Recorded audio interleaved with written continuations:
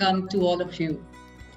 This session is brought to you by Fevicreate in association with Parent Circle and Space Kidz India.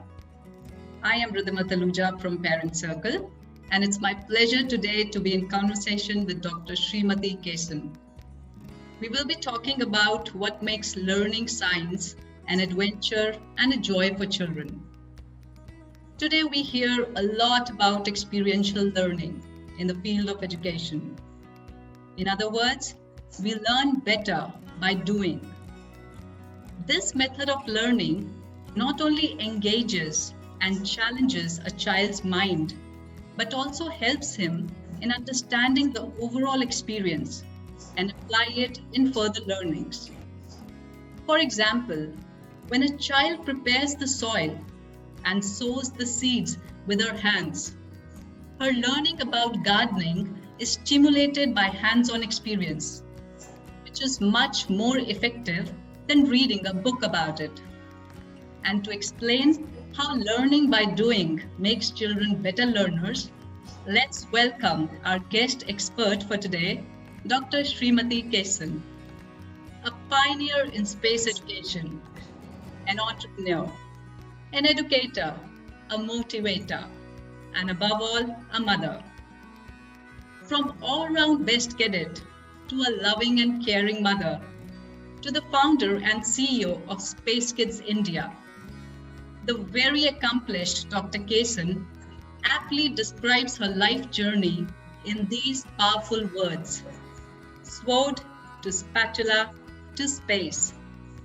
She is the only Indian to be decorated with the ambassador status to the top 3 space centers of the world: NASA, ESA, and GCTC Moscow. It is no surprise then that her ultimate goal is to establish an aerospace research university that produces world-renowned Indian space scientists. And Dr. Kesan believes in catching them young.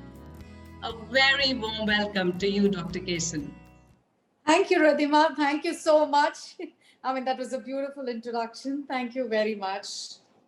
Ma'am, I would like to start by asking you, how key is imagination and creativity in science? Ridhima, science is imagination, it's completely, illusionary. And once something hits your mind, you'd like to go and explore things in detail. So that is science, the birth of science, I should say. Right from brushing your teeth to why the sky is blue, why water is colorless, odorless, all these things. As you're young, you're very inquisitive. And children are born innovators. I believe in that. Children are born innovators. It's just that the system, as they grow, the system just kills that innovative and creativity of a child. And that's the reason they are so bogged down to the scoring system, and they lose their creativity and everything. I've got my young scientists, my heroes of the organization with me, and I'd like to introduce them before we move on. And I've got my lead scientist, Rifat Shahrukh. I actually handpicked him when he was 14 years. He came to me as a, not even 14, I think 13 years, 13 and a half, 14 years. He was a young journalist then, baby journalist in a leading magazine. He came to interview me, because in this, in the field of science, he was a science journalist. So he wanted to interview, and he came over, and both of us spoke so much about making satellites. I was so surprised, because then I was the ambassador to the NASA space camps. And when I go to NASA, I feel like, oh my God, when are we going to launch rockets and satellites? It's just that, we are learning in textbooks and everything. But of course, in NASA, they do teach us hands-on. But again, everything is just like an experiment. So when are we going to do that real stuff? That was really itching me. And here I go, I meet my young hero. And, he exactly fit in that space. I was so happy. And he's also the Chief Technology Officer now. He's 20 years now, so the journey is, it's been almost 8 to 9 years. Okay, 21. Rifat will give me a bad stare. 21 years old now. So he's the Chief Technology Officer and the lead scientist. So, hi, Rifat, can we have you? A very warm welcome, Rifat. It's such a pleasure to have a talented young scientist amongst us. And the other hero that I want to introduce is Yagna Sai. And science and spirituality go hand in hand. People think that science is above spirituality. There is always a question or a debate. Is science, people who believe in science, are they spiritual, or people who are spiritual, are they scientific? There is always a debate. But I think both of these go hand in hand. Black holes are there in our scriptures, and black hole scientists do work and research on black holes. So how could you separate that? You cannot separate that. So that is where, the kind of research that my lead technologist, my COO, Yagnasai, is working on. So he loves spirituality and science, and he's trying to connect both these bridges. Wow, welcome, Yagna. Welcome to our session. Thank you so much, everyone. Thank you so much. Wow. Pleasure to be here. Yeah. So, ma'am, I was talking about imagination and curiosity and creativity in science. Especially young children, they have a vivid imagination. They are very curious by nature. So, as parent, how can I encourage? Myself also, I have a daughter. How can I encourage her, and channelize her imagination and curiosity? See, initially, I think you have to play with her, understand what she likes. First thing is, you should have a clarity of mind. Please remove all your imaginations and everything out of your head. And please accept the child as a child and purely play with her imaginations. Give her books. And then now we have internet and Google facility. So Yeah. don't flood her with too much of information. And don't tell, when we launched our satellites, we had people, parents sending us emails. My daughter is 2 years old, 2.5 years old. She's talking about stars and everything. So I want to, probably she wants to be an astronaut, or she wants to do astrophysicist. I was like, what? 2.5 years and you talk about, being an astrophysicist? She doesn't even know the spelling of astrophysicist. So don't, put all this pressure on your child, Let the child grow very organically, naturally, give them some books, pictures. Pictorial learning is very, very important. So you give them a lot of pictures, let them do coloring, and, you talk about it, keep talking about it, because sometimes what happens, if you're going to flood too much of information, that child will really become rebellious and at a point will give up the whole thing. Okay. So we don't want that to happen. If the child is really made for that, it will gradually, the love for the subject will gradually grow. It doesn't mean that, if the child is about 10 years and 15 years and only then he or she is kind of learning and talking about this, that's okay. You don't need, every child is not born a prodigy. Yeah. But every child is creative inside. Right? So yeah. we have Rifat in BBC top 100 youngsters, but he started speaking about satellites when he was, at the age of 8 years. But nobody pressurized or nobody put that emphasis that he has to do something on science and technology or satellites. No. Same way, Yagna, for the love of satellites and everything, but for the love of science and spirituality, has sink in him only when he was 20. So what? There is this disparity. One child is born with something special. One child acquires something special. So we as parents should understand which is natural and which is acquired. And we have to go by the flow and teach children. Yeah, ma'am, for young children, it's fine. I mean, parents can give their support. They know how to, channelize that. But what about the preteens? They like the independence. They don't like someone to come over and tell them do this or do like that. So how do we channelize their energies and their curiosity? See, don't put them into too many classes. Unfortunately, what happens in India is peer pressure. There's a lot of peer pressure. My child is doing robotics. My neighbor's child, he is interested in arts and craft. What happens is this parent thinks, oh my god, if he does arts and crafts, he's not going to be anywhere in the society, and he's not going to be receiving any awards or anything. Only if he does robotics or something, he will be awarded prizes and he'll have his name on the print media. This media craze is a lot. So what happens is they put pressure that a child who's got no interest in robotics is pressurized with robotics. Don't do that. See, what happens is there is a lot of classes available. Yes, pick up a genuine one, pick one. Don't give too many things to a child. Understand the child first. The understanding starts when the child is 6 years, 7 years, playing with electronics or playing with toys. One particular toy they are very interested. Again, there is a transition period when they are 10 years old. Again, there is a transition when they are 15 years old. So don't tell 10 years, when you were 10 years old, you were so interested in robotics, I put you in all the classes. Now you are talking about art and craft. Don't do that.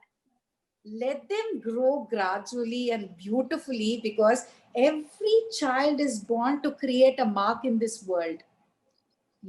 So let them create a mark in their own style. And science is something that you should not pressurize anybody. Sir C.V. Raman, if you take, he had written his IFS, he passed the IFS, he went into financial accounting and everything to Kolkata. But then there he realized that, he was more passionate towards science and accounting was just a job. So he quit that and he moved on to research. And that's the reason the only Nobel laureate in physics in India is Sir C.V. Raman until this date. Right. So that is how you need to leave your child, encourage them in whatever way they like, and give them all the possible things, with out of a clay. First time when Rifat had participated in the Young Scientist India competition, he made a rocket and he made a satellite with paper mache. Oh. With paper mache. But today we are making real satellites, and this is the satellite what we are making, real-time satellite. We didn't know. Then you wouldn't believe the judges mentioned, no, this is too ambitious. At this age, you cannot do all this. That's because we are all, fixed, rigid mind. Adults become rigid mind. We think children cannot do. No, you give them the platform. Children who are really excited and enthusiastic about a particular thing, try to get information and somehow make it possible. But until then, we as parents need to have the patience, a lot of patience, and no complaining, no pushing, no complaining. Right. So, ma'am, do you think this learning by doing helps in understanding the science concepts as such? Absolutely. See, you cannot keep reading textbooks to understand science. It needs to be more hands-on, whatever be it. That is where Space Kids India, is totally a different organization, where space sciences, anything, which is very critical, we attribute it to saying, oh, it is rocket science. We always say, oh my God, it's rocket science. We cannot understand. But that rocket science also, we are breaking it into small nuggets. And we are saying, don't be scared. Don't be scared about space. You can do it. It's bits and pieces. Take it gradually and slowly. Well, of course, I do agree it's an expensive affair, but still we are trying to reduce it and bring it to as much as possible, where you get to see this Gulab Jamun satellite, where, satellites were made in tons. We brought it to Gulab Jamun size. So it's just the thought process. If you allow the children to, naturally grow, they will try to be a trendsetter and try to give out of the box thinking totally, and hands-on is priority. In schools and colleges, more than textbook learning, I would say we need more outdoor learning. Exactly, exactly. So, ma'am, for example, in school also, when a child undertakes a science project, what do you think? I mean, as a mentor, as a science expert, how should they go about it? I mean, is there a specific method they should follow? For example, some design should be made first, then, the next step, then the next step, or this is all about, whatever you feel is right. Radhima, understanding the concept is priority. For a child, to understand a concept is priority. But at the same time, any children who are vague, who says like tomorrow I need to build a satellite, he or she cannot build a satellite. You need to go into the depth. Now you see a lot of children and parents are stuck behind coding, because coding is, the latest, and coding is the future. So Yeah. what happens is they pressurize, and they just learn. You have coding library available, so they just handpick those libraries, and they just say, okay, my child is done in coding, he's an expert, he can build apps and everything. No, it's not that way. You need to understand A for apple right from scratch. You need to understand what is coding and how are the basics of coding, and then you follow the structure of coding and then create app, which means to say there is a process, and this process should be nurtured by a parent or a teacher. If Okay. sometimes these two are not available. These two are not available. A teacher is not available, a mother or a father is not available for a child. But today technology has grown so much. We have a child, Ashton. He came to us when he was 4 years old, and he speaks like, quantum physics and black holes and everything. We go berserk. What is this 4-year-old talking about quantum physics? He doesn't even know the spelling of it, and he's talking about all this. These two kids, Yagna and Rifat are, they pamper that kid a lot, and they are like, what do you know about quantum physics? He says, Anna, I know there is black hole, and in black hole you can do this. I'm doing this research. Some children are like that. His parents know nothing about science. Neither does he have a mentor to teach him all this. So probably some children are born like that, you know. And our team is very special because, again, none of them had actually had a previous exposure towards making satellites. But it's a grit and the learning, that we have to do something. That, and with the help of Google, I think we have built satellites. But the organic way of learning something is through a process. Whatever said and done, a process is important. So you don't need, it can come anyway from Z to A. You can follow Z to A or A to Z, be it anyway. But there needs to be a process. Okay. Because nowadays we have, for example, there's a nationwide science contest for children between, the ages of 5-14, which is going on by Fevicreate Idea Labs. So in that, they're encouraging children to make 3D models on various science topics. So, how do you think these contests help develop a scientific mindset? And if I encourage my child to participate in this contest, what are the advantages of it? See, if you allow children to participate in competitions, what happens is not only you are nurturing your idea, but you have so many other children coming from various backgrounds from whom you will try to learn a lot of things. You are, your eyes and ears are open to so many new technologies which you've not learned, but some other child has learned. So there is a exchange of ideas. And future, what happens is there probably will be a collaboration, because nothing these days can be done as a single person. You need to have a team. So probably he or she can find a beautiful team there who can work together in, coming up with new concepts, new ideas, new products, etc. 3D printing is the latest technology and the future. Well, 3D technology, of course, a 5-year-old is not going to be understanding. Of course, we'll have a handful of them who will understand. But barring that, on a whole, as a whole, if you're not going to, teach them what is 3D technology, what is 3D printing, where all you can use that, and just blindly, if you're going to tell them participate, then it is very difficult, because half the time the parents or the teachers are going to be doing the experiments. Yes. The children are not going to be doing it. Exactly. So you know it. We run this competition called Young Scientist India every year, and that's where I picked my team, my Space Kids India team of young scientists. What happens is, we exactly know when we talk to the children and when we see the presentation, it's not the students' work, but it's the teacher's work or the parents' work. Yeah. So, that child will not go far and beyond. He'll be stagnant. He or she will be stagnant in that place. And probably it's not his interest of that forte. And he's just pressurized and put in that forte.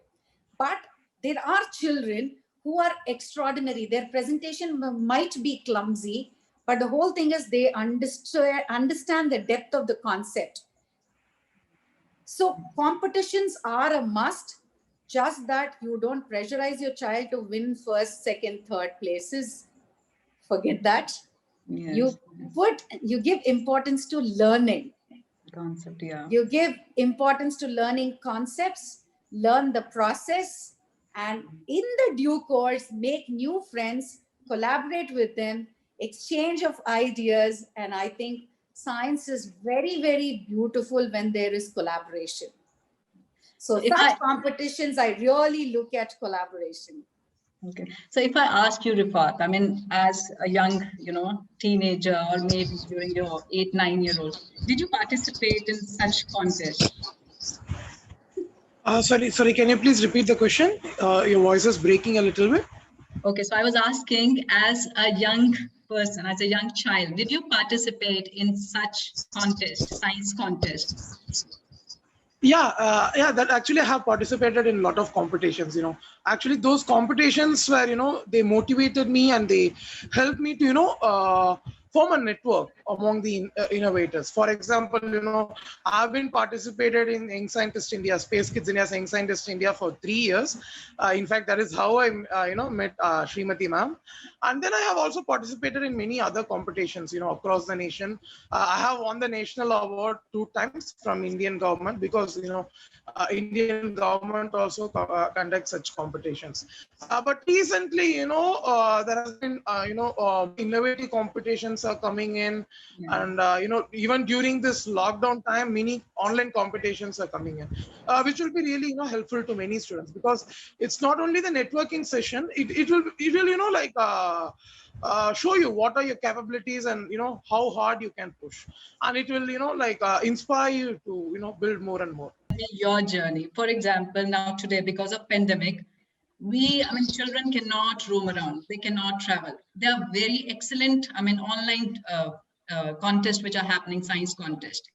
What do you want to tell them? How do they structure their mind? How should they motivate themselves to, participate in such contests? Because there are a lot of advantages of doing that. What do you say? Right. Yeah. So I would say that, it is not, you want everybody to participate. It is not especially for everybody. And basically what science means to me is, anybody, any curious being, like, who wants to learn how it works or what this is, it's basically just an inquiry. So what do you want to inquire about is what all matters. So until and unless you are into those aspects of you want to learn something, I don't think how much ever you force a student to get into some kind of projects and do something, they won't be really ready to do it. See, if there is some competition about robotics, if that student is really crazy about learning how robots work, or how do they actually speak, or how do we train them, then you don't even actually need to motivate them. It is their own curiosity that they want to learn how to do it, and that is where they'll obviously get into the right places to learn from right sources. So I think not necessarily to push everybody to do that, because you can see here I am the other side of the coin. If you ask me for any competition so far until my undergraduate, I haven't been to any much, like how Rifat is speaking on the other side. So both of us meet together here again. So it doesn't necessarily need to be, go out there and do everything in the competitions and like. But I think it is a great exposure where you get to learn a lot, because I have been to a couple of competitions during my PG. So it was a great experience. But right from my schooling or school days, I don't think I've been to any kind of science competitions or anything, but I had a nice childhood apart from that. Oh, thank you so much sharing for your thought. Okay, ma'am, one more thing. I mean, just wanted to ask, what is about space that fascinates children? I mean, and how can a parent promote that interest of space education in their child? Space is fun. Space is beautiful.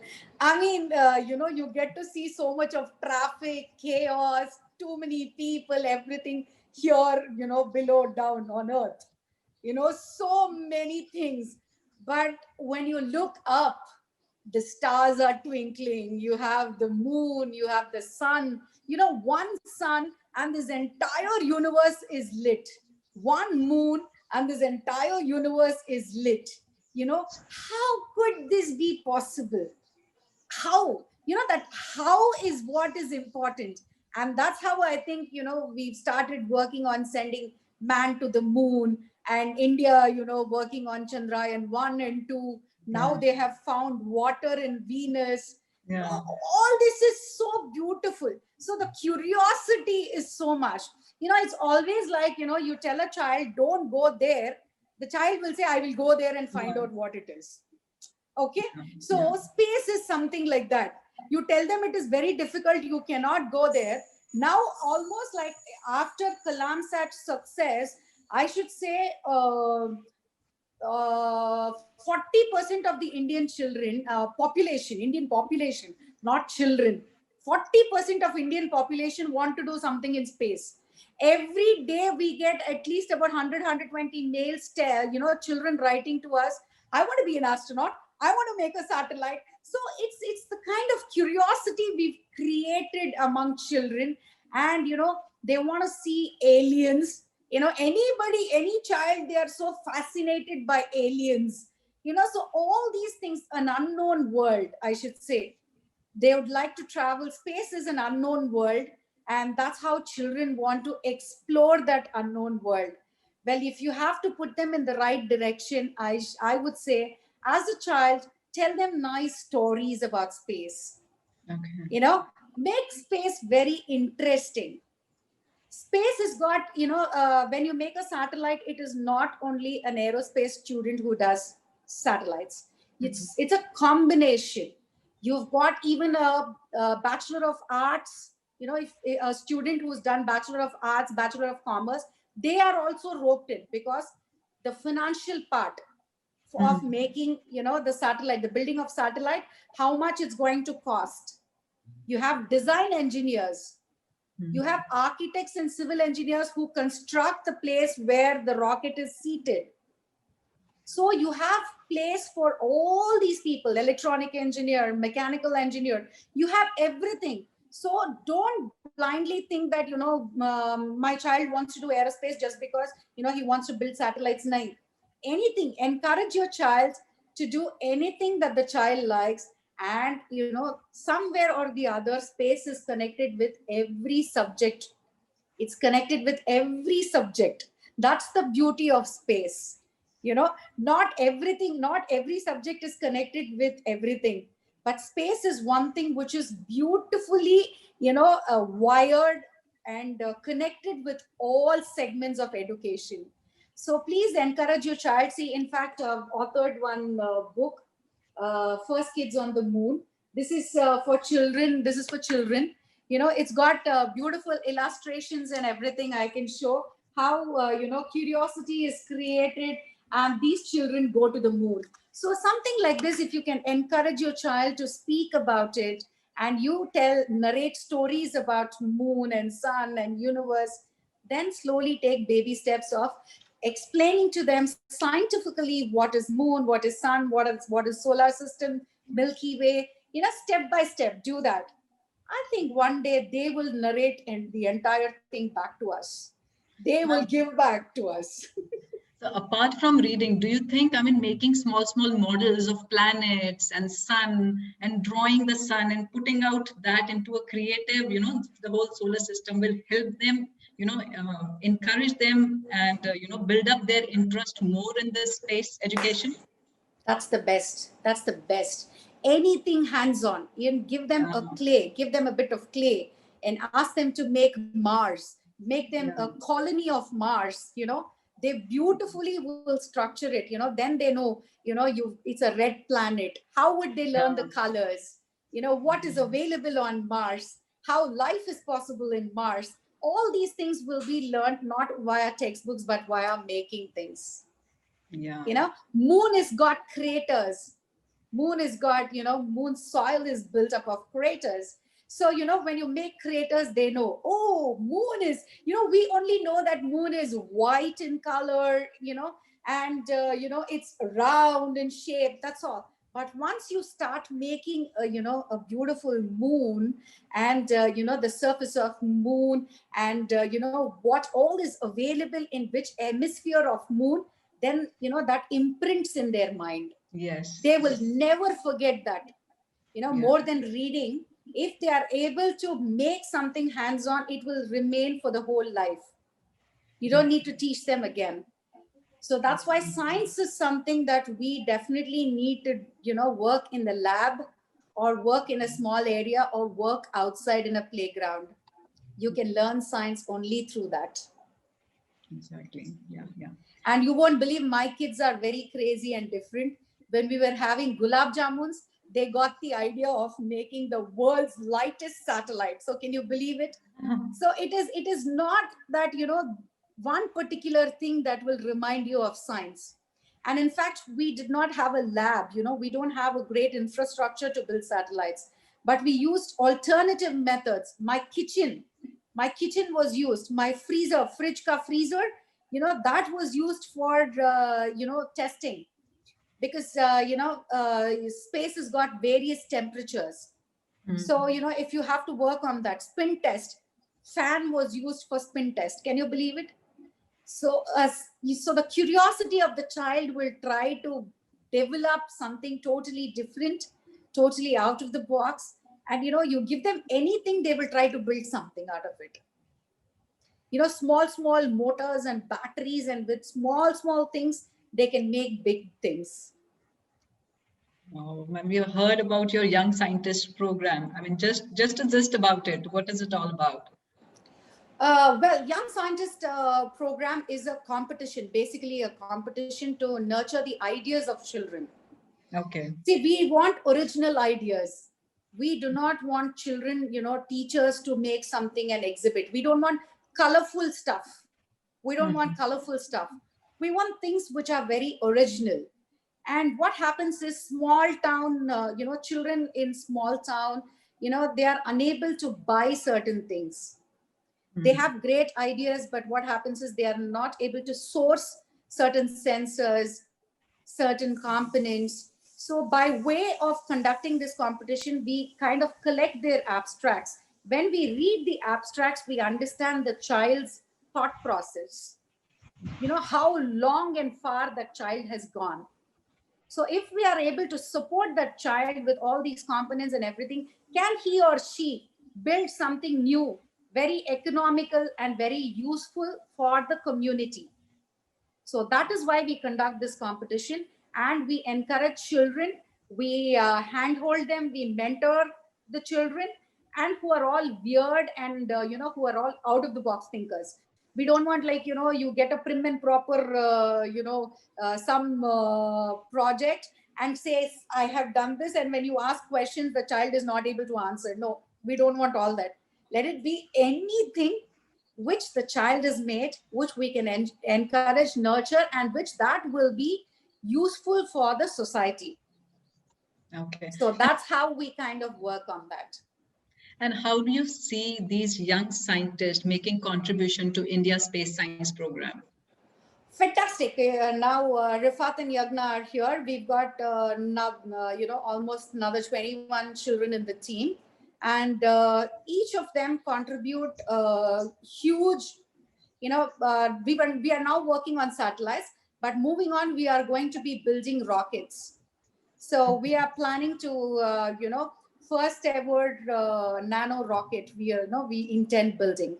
I mean, it's got a huge process and so many things involved, but with such kids, I think, it's not very far. The day is not very far. And very soon we will be coming up with that, because yet again, this whole idea cropped up because we don't want children to only study from the books. Rocket science is not meant to be studied in the books. We want to give opportunities to children as economical as possible. We would handhold them to make satellites, and we will be launching and give them live datas.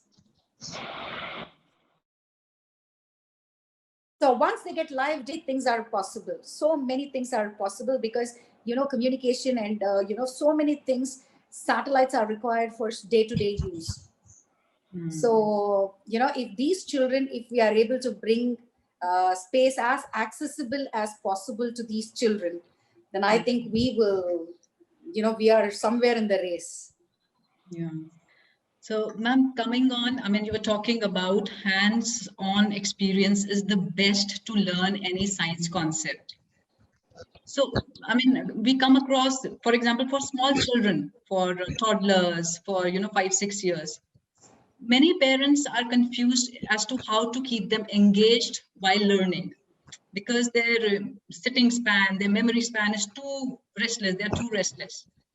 So how do you see such programs, I mean, which can engage them and can make them learn? I mean, if we combine such programs, how do you see them for the future kids?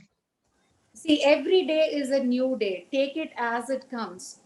A child's attention span is only 7 minutes. A child's attention span is only 7 minutes. So we parents or teachers need to be equipped in such a way that we are able to, chalk out a program, chalk out a few things, but give them in a puzzled manner. You speak about the Milky Way today for an hour, and you speak about Venus today. Tomorrow, again, you come back, you question the child and understand if he or she has understood that. You ask them to build something with clay, or you ask them to draw something that will remain in memory, rather than putting them into different classes. Give them, and you have to be a magician, I should say. You have a lot of tricks under your bag. You cannot keep talking about 3D printing the whole day. The child who loves 3D printing also will forget 3D printing. It is how beautifully you break it into nuggets. That is very important. Make it as colorful. And in between, you have to bring mythology. You know why Hanuman flew? Because there was so much of aerodynamics involved in it, and that is why Hanuman flew without any spacecraft or anything. Bring in little mythology. So you need to be a magician, you need to be a creator, you need that patience. So you need to have so much of patience as a mother or a teacher to beautifully structure this, give them in various combinations. Okay. My children are grown up now. They are all 20 and 21. Rifat, Yagna, they're all 20, 21. You only ask them to sit and code the whole day because they love coding. No, they don't do it. I buy them ice creams and pizzas, and we talk so much under the sun. We play, we fight with each other. In between all that, oh, what happened to that component? What happened to this IC? What happened to this? Then they come back. And they come back fresh with different ideas. That's how you have to play with the psychology of a child. It's very important. That's where, spirituality and science go hand in hand. Psychology plays a very important role in building and nurturing interest in any child. Okay. Well, ma'am, such a lovely session, ma'am. Any final tips for parents or children on how to nurture a curiosity for science and keep having fun with it? Science is everything. The moment you wake up, there is science. Opening of eyelids, science. Brushing your teeth, science. Combing your hair, science. So there is science in everything. But don't sit in one place and teach science. Science is something that you have to enjoy from within, and on the go you have to speak. On the go you have to teach, and the child shouldn't know that you're teaching science. Yeah. In small, you get these homeopathic medicines, no, those small round balls. So just pop one ball at a time, feed in some good stuff and pop in these balls in between. And, they will definitely love science. Every child born on this earth is curious, and every child is a creator. It's just how you encourage, how you motivate the child without any pressures. Just make them feel happy learning science. So I think, so every God has created every child as a scientist, and it's just that in different angles they become scientists. That's all. And we parents should accept. Don't just tell them, no, you don't know, this is how it is. No, it's okay. Probably take the idea. Science is something that how many ever mistakes you do. Edison is, before he found the bulb, 1,000 times he failed.